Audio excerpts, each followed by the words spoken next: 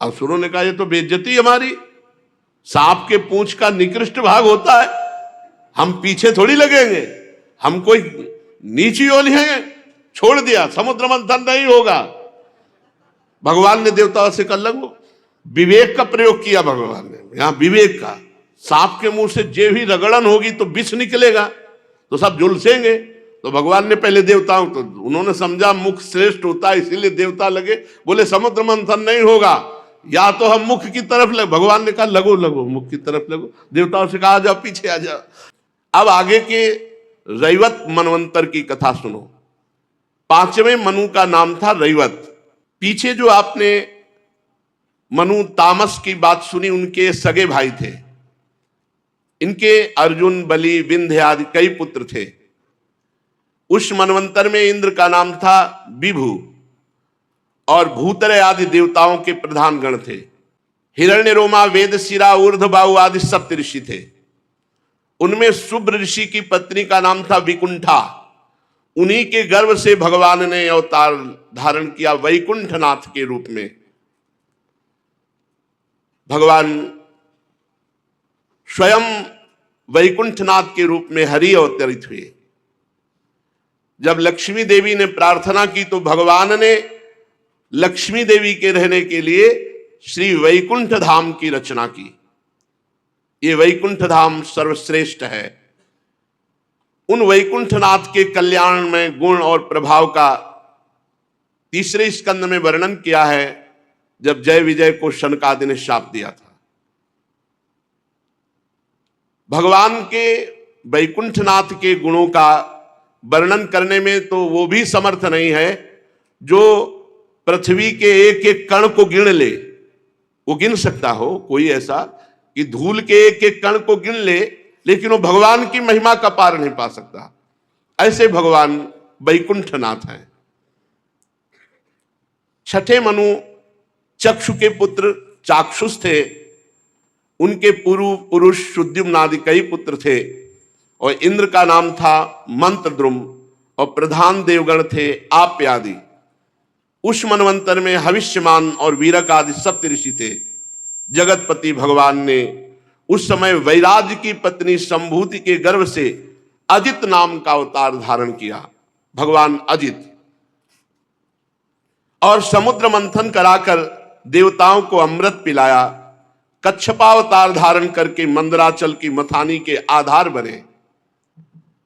राजा परीक्षित ने पूछा, भगवान समुद्र मंथन करना है तो बहुत कठिन बात है, समुद्र का मंथन हो जाना।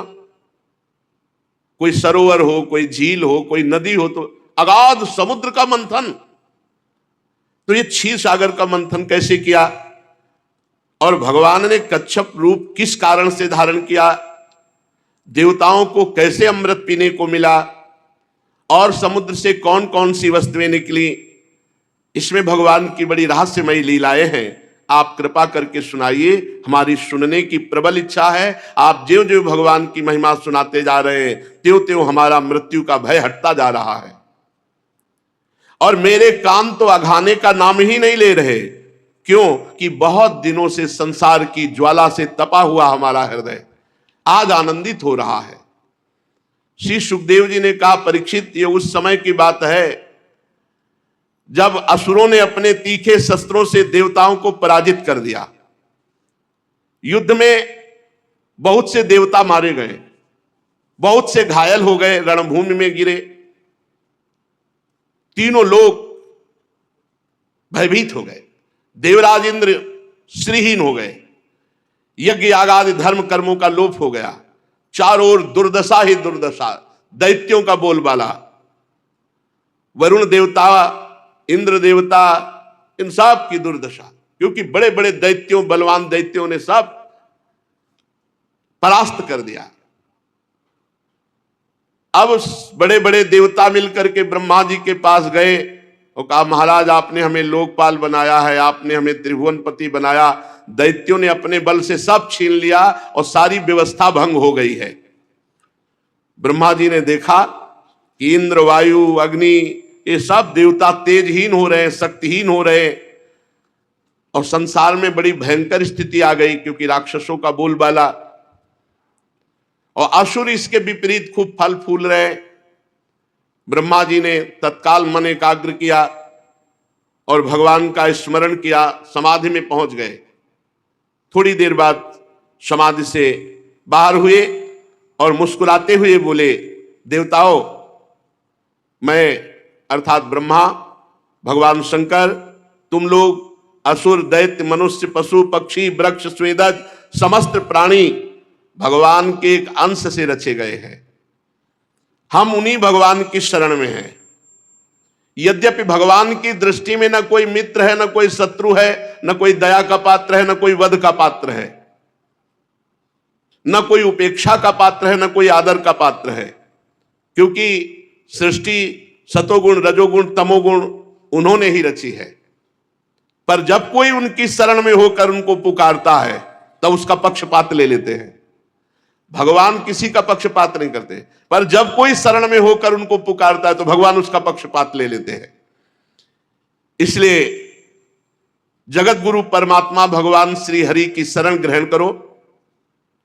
वही हमें उपाय बताएंगे कि दैत्यों से कैसे जीतेंगे। भगवान ब्रह्मा जी देवताओं को साथ लेकर भगवान अजित के निज धाम वैकुंठ लोक में गए। वहां जाने पर कुछ नहीं दिखाई दिया। वैकुंठ में जाने पर कुछ नहीं दिखाई दिया किसी भी देवता को। तब ब्रह्मा जी ने स्तुति की। वैकुंठ में पहुंचने पर भी कुछ नहीं दिखाई दिया। जैसे वृंदावन आने पर भी आप क्या देख पा रहे हैं, यहां दिव्य लीला हो रही। ब्रह्मा जी ने स्तुति की। अविक्रियम सत्यम अनंतमाद्यम गुहाशयम निष्कल मप्रतर्कम मनोग्रयानम वचसा निरुक्तम नमामहे देववरम वरेण्यम। हे निर्विकार परमात्मा, हे सत्य भगवान, हे अनंत भगवान, हे आदि पुरुष, हे सबके हृदय में अंतर्यामी रूप से विराजमान अखंड अतर्क, आपको नमस्कार है। मन जहां जहां जाता है, ये साधक के लिए बहुत बढ़िया बात है, पकड़ ले। मन जहां जहां जाता है उसी उसी रूप में वहां आप पहले से ही विद्यमान हैं। इसलिए जहां जहां मन जाए वहीं भगवत भाव करके प्रणाम करो, मन एकाग्र होने लगेगा। देख लेना आप, किसी से भी द्वेष हो, मन जल रहा हो, उसको बार बार प्रणाम करो, मन शांत हो जाएगा।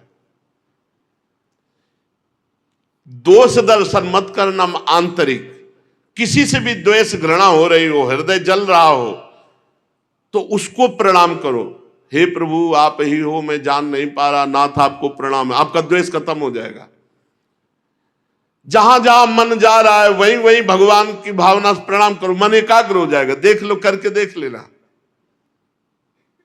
मन जहां जहां जाता है वहां वहां आप पहले से ही विद्यमान रहते हैं।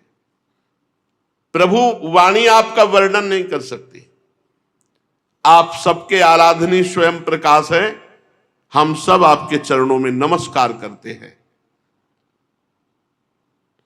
आप ही प्राण हैं, आप ही मन है, आप ही बुद्धि है, और आप अहंकार के ज्ञाता हैं। इंद्रियां और उनके विषय दोनों ही आपके द्वारा प्रकाशित होते हैं। पर जो आपसे विमुख है, तो यही प्राण, यही मन, यही बुद्धि, यही अहंकार, यही इंद्रिया, यही विषय उसे फंसाकर दुर्गति करते हैं।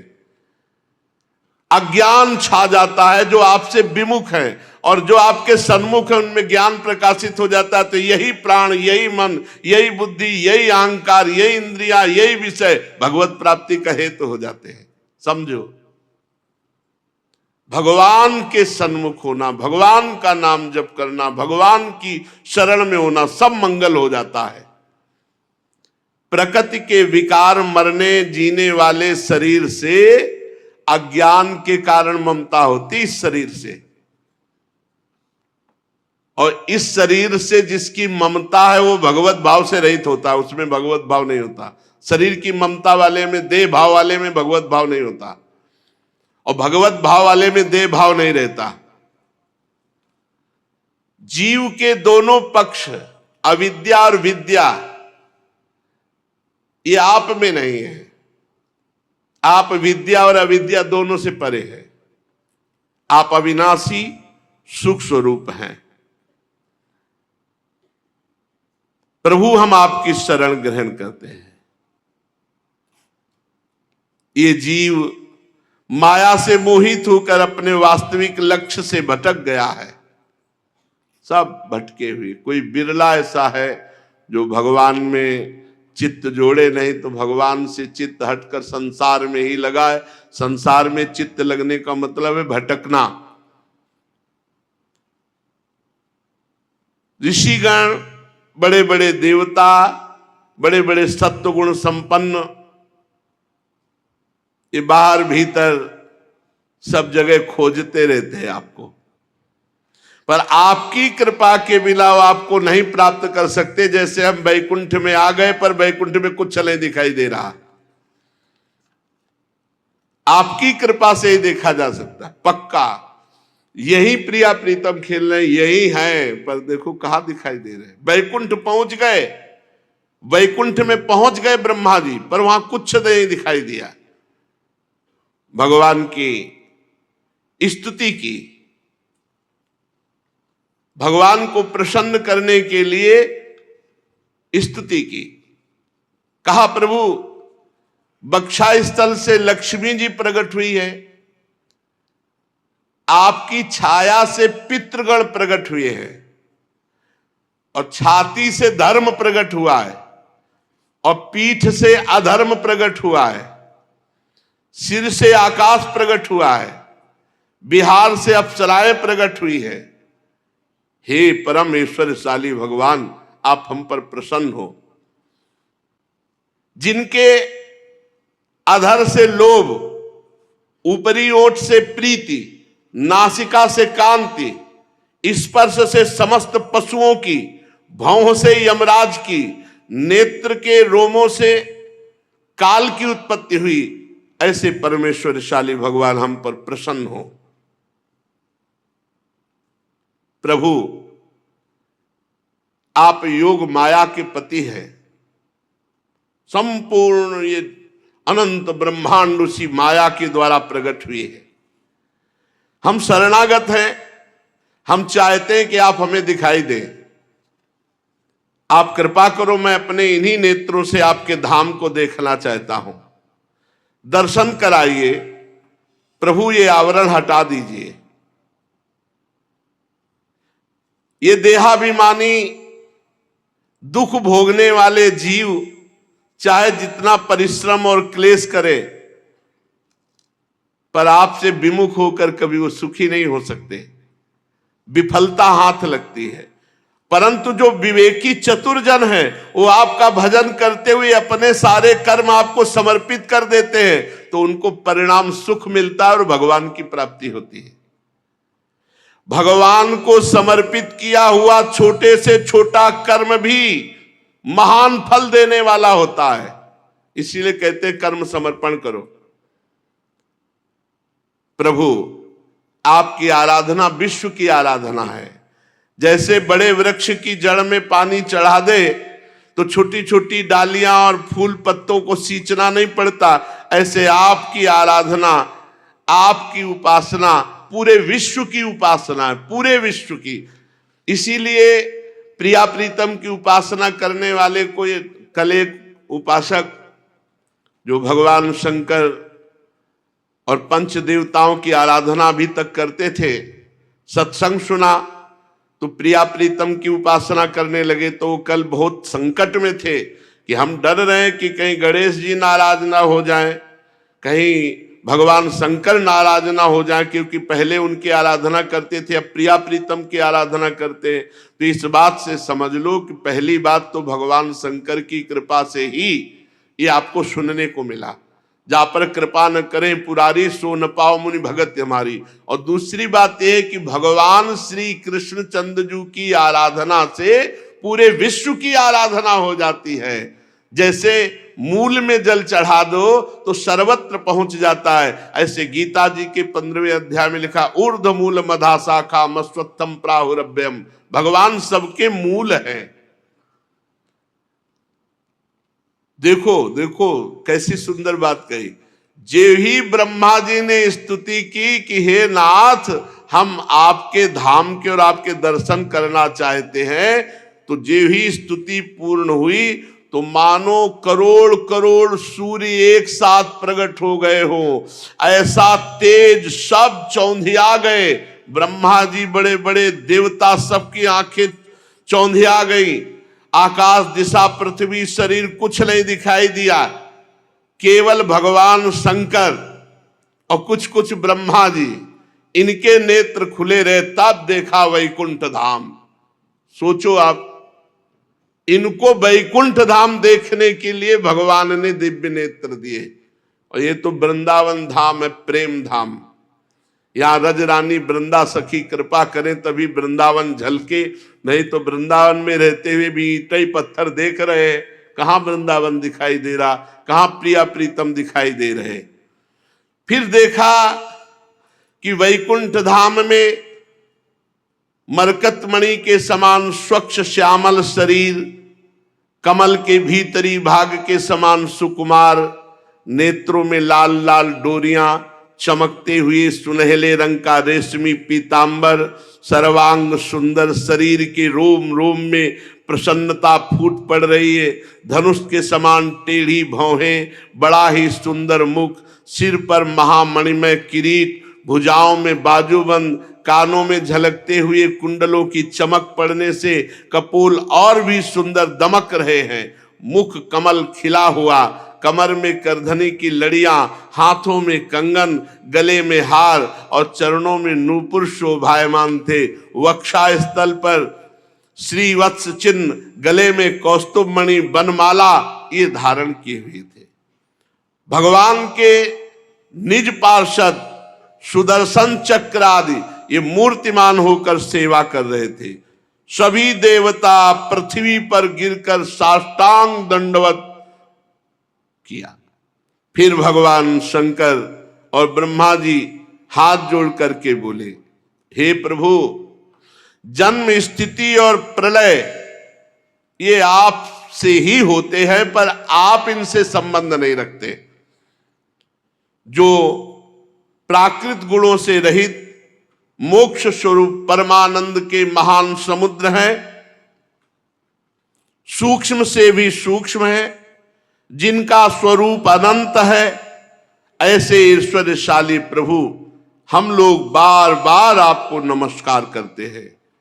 हे पुरुषोत्तम, अपना कल्याण चाहने वाले साधक को वेदोक्त एवं पांच रात्रोक्त विधि से आपके स्वरूप की उपासना करनी चाहिए।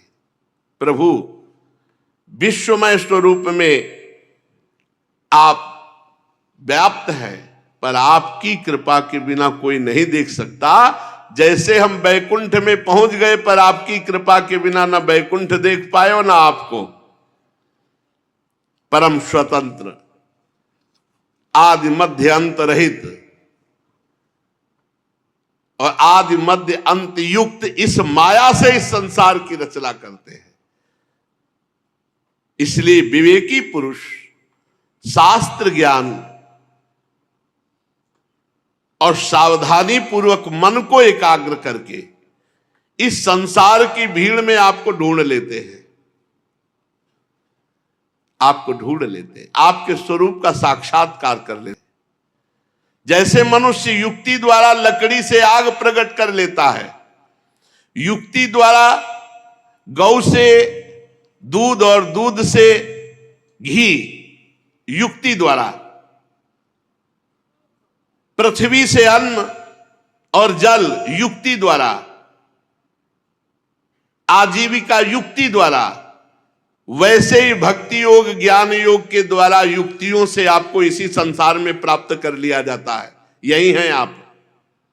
जैसे दूध में घी है, पर युक्ति के द्वारा दूध उबालो, दही जमाओ, दही मंथन करो, मक्खन निकालो, फिर घी निकल आएगा। ऐसे ही भगवान है समस्त संसार में।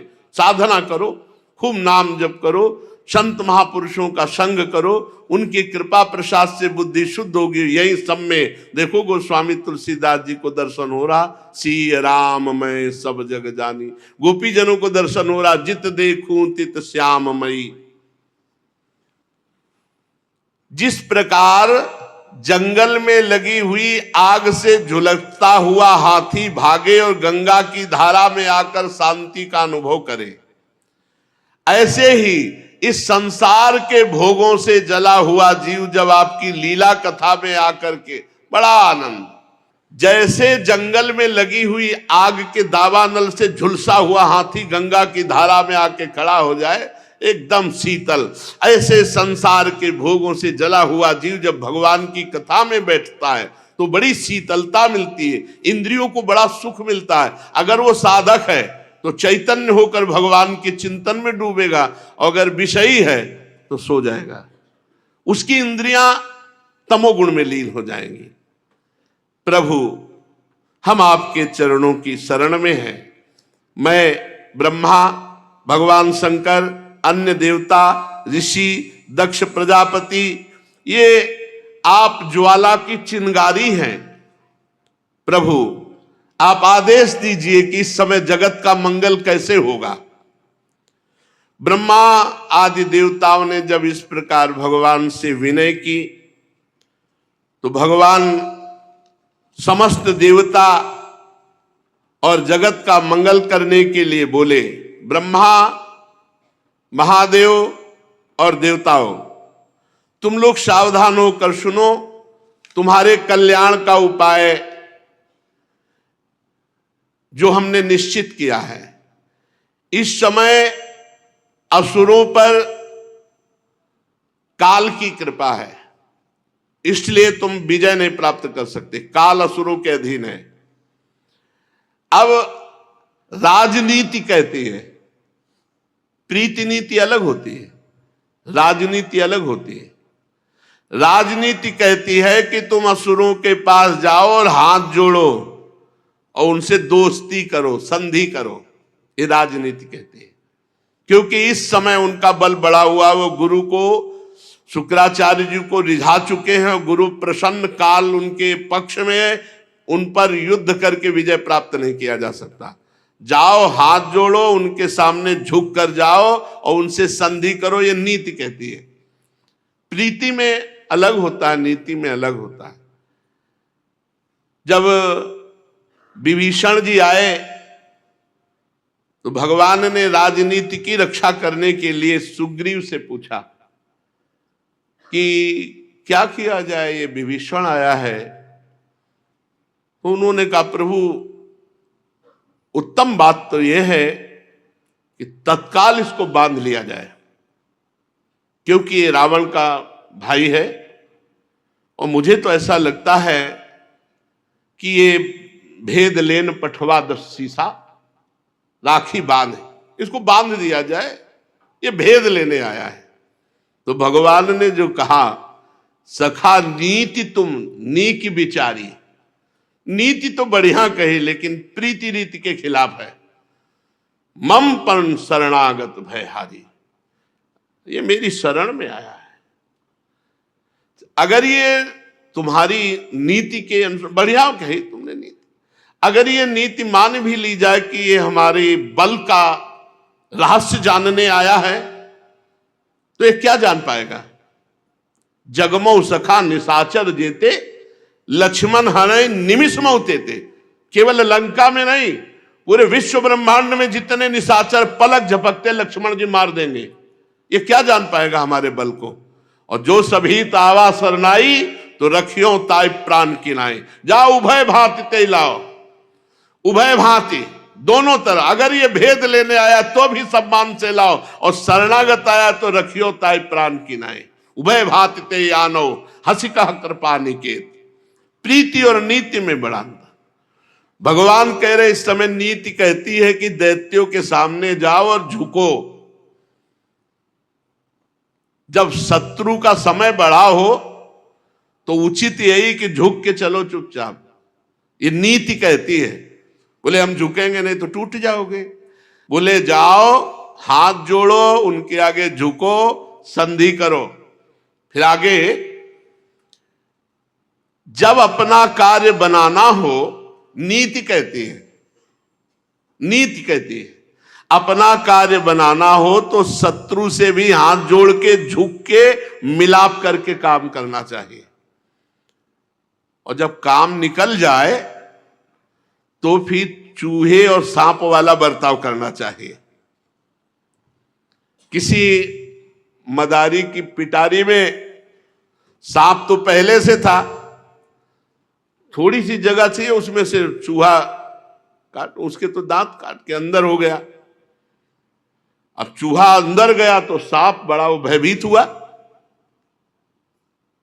सांप ने उससे कहा कि देखो तुम हमारे घर में आए हो, अतिथि हो, चिंता मत करो, थोड़ा छेद बड़ा कर दो, हम दोनों बाहर निकल जाएंगे, हमारा तुम्हारा कोई झंझट नहीं। बिल्कुल तुम ये मत सोचो कि तुम्हें खाएंगे, देखो हम तुम्हारे पास हैं, हम तुम्हें खा थोड़ी रहे। चूहे के बड़े प्रवीण दांत, बड़ा गोला काटा, और जो ही काटा कि चूहा निकल जाएगा, इतना काटा, चूहा काट के जो है निकलने लगा, पीछे से सांप पकड़ लिया और धीरे से निकला और पहले चूहे को लील गया फिर निकल गया। तो भगवान कह रहे हैं ये नीति है, ये साधुता की प्रीति की बात नहीं है भाई। नीति और प्रीति में अंतर है। बोले देवताओं, इस समय नीति कहती है कि दैत्यों के हाथ जोड़ो, जरूरत पड़े तो पैर छू लो, मित्रता करो, और जब अपना काम बन जाए तो सांप चूहे वाला बर्ताव कर लो। ये अपने लोगों के लिए नहीं शिक्षा है। इसे कपट कहते हैं। भगवान शिक्षा दे रहे हैं, ये इस समय नीति का प्रयोग कर रहे हैं, राजनीति का प्रयोग कर रहे हैं। जैसे महाभारत में कूटनीति का प्रयोग है, बड़ी विचित्र कोटि के जाल हैं। ये प्रीति है, इसमें सीधा है, इसमें छुपाव छल कपट नहीं है। देखो, जब दैत्यों से तुम मित्रता करोगे और समुद्र मंथन किया जाए मिल करके और उससे अमृत निकले, तो अमृत पीकर तुम देवता अमर हो जाओगे, फिर मार डालना दैत्यों को। तो प्रभु क्या करना होगा अमृत मंथन के लिए? बोले क्षीर सागर में पहले लताएं, औषधियां, ये हम सब बताएंगे, वो लताएं, वो औषधियां सब डालो, मंदराचल की मथानी, वासुकी नाग की रस्सी, और मेरी सहायता से समुद्र मंथन करो। चलो आलस्य प्रमाद का त्याग करो। देवताओं, विश्वास रखो, जिसके पक्ष में मैं होता हूं फल उसे मिलता है, और जो मेरे से विमुख होता है उसे श्रम क्लेश यही हाथ लगता है। असुर लोग जो जो शर्त चाहे वो शर्त स्वीकार कर लेना, शांत रहना, क्रोध मत करना, हाथ जोड़ना, झुक के रहना। भगवान ने काम बनाना हो तो शत्रु के सामने ऐसे झुक के रहो, भगवान ने आदेश किया। देखो, सबसे पहले समुद्र मंथन में कालकूट विष निकलेगा, तुम घबराना नहीं। समुद्र में और भी वस्तुएं निकलेंगी, लोभ मत करना, मैं जिसको इशारा करूं वही लेगा। और वो वस्तु ना मिले तो क्रोध मत करना, झगड़ा बीच में मत शुरू कर देना, नहीं मारे जाओगे जब तक अमृत ना निकले। भगवान ने पक्का देवताओं को किया। अब देवाधिदेव भगवान श्री हरि का आदेश, और उसी समय बैकुंठ और बैकुंठनाथ सब अंतर ध्यान हो गए, फिर दृष्टि में नहीं आए। ये बात समझो, भगवान का ये दिव्य धाम है वृंदावन धाम, ये महापुरुषों के सामने प्रकट हुआ है। अगर हम उसी पद्धति से चलेंगे तो हमारे को भी प्राप्त होगा। और नहीं, प्रगट वृंदावन पकड़े रहो, ये पहुंचा देगा दिव्य वृंदावन। प्रगट वृंदावन को पकड़े रहो, ये दिव्य वृंदावन में पहुंचा देगा। उसी समय अंतर ध्यान हो गए, सब जो थे उसी दिशा को प्रणाम किया जिधर श्री भगवान वैकुंठनाथ। कौन उनकी लीला को समझ सके? ब्रह्मा शंकर आज बार बार उधर नमस्कार किए और अपने लोकों को चले गए। अब देवताओं के साथ देवराज इंद्र बिना अस्त्र शस्त्र के बलि जी की सभा में जब देखा दैत्य सेनापतियों ने कि बिना अस्त्र शस्त्र के वो हाथ जोड़े आ रहे हैं, तो एकदम सब खड़े हो गए और बंदी बनाने के लिए। लेकिन दैत्यराज बलि सबको रोक दिया कि पहले देख रहे हो कोई अस्त्र शस्त्र नहीं, हाथ जोड़े नम्रता से, तो बंधन में डालने की आवश्यकता क्या बात करते हैं। उन्होंने दैत्यों को रोक दिया। देवता इंद्र के साथ बलि के समीप पहुंचे। तीनों लोकों के स्वामी बलि असुर सेनापतियों से सुरक्षित सिंहासन पर बैठे थे। नीचे खड़े होकर देवराज इंद्र, यद्यपि बहुत बुरा लग रहा था क्योंकि ये भी त्रिभुवनपति छीन लिया उनका सिंहासन, पर भगवान ने सिखाया था कि मीठे मीठे वचन हाथ जोड़ के देवराज इंद्र बड़ी मधुर वाणी से बोले कि हम दोनों मिल जाते हैं और मिल करके समुद्र मंथन करते हैं, उसमें बड़ी बड़ी दिव्य वस्तुएं निकलेंगी और अमृत निकलेगा, फिर अमृत बांट कर पी लेंगे। तो अरिष्ट नेमी, संबरासुर, ये बड़े बड़े जो राक्षस थे, उन्होंने बलि जी की तरफ देखा, इशारे में कहा कि अमृत निकलेगा, बूंद देवताओं को नहीं देंगे, हम सब पी लेंगे, हाँ बोल दो। और भगवान उधर बोल चुके थे कि बूंद उधर नहीं मिलेगा, सब तुम्हें पिला देंगे, जाओ तुम हाथ जोड़ो। तो जिधर भगवान उधर ही विजय। देवता और असुरों ने आपस में संधि के दस्तखत कर लिए, समझौता हो गया, मित्रता हो गई। अब सब मिलकर अमृत के लिए, समुद्र मंथन के लिए उद्योग करने लगे। भगवान ने जो जो औषधियां लता बताई थी वो उखाड़ उखाड़ कर समुद्र में डाली गई। अब देवता और दैत्य मथानी, मंदराचल पहाड़ सब उखाड़ करके पहाड़ को चलने की कोशिश किए, फिसल गया पहाड़। पहाड़ तो पहाड़ ही है, हजारों लाखों देवता दैत्य चटनी हो गए। मंदराचल पर्वत, सबके उत्साह भंग हो गए कि अब तो समुद्र मंथन नहीं हो पाएगा। भगवान वहां प्रकट हुए, अजित भगवान। मंदराचल पर्वत को ऐसे उठाया, जो पिसे हुए देवता दैत्य थे, अमृत दृष्टि से देखा, उनको जीवित किया। सबके हाथ पैर जो टूट गए थे वो भी सब पुनः सही हो गए। भगवान ने कहा सब उत्साह पूर्वक, अरे अभी तो कुछ नहीं हुआ, चलो। इंद्र आदि देवता भी सब हार गए थे। भगवान ने उन सबको भी शक्ति प्रदान की। पूरा समुद्र मंथन भगवान से हो रहा है। स्वर्ण का था मंदराचल पर्वत।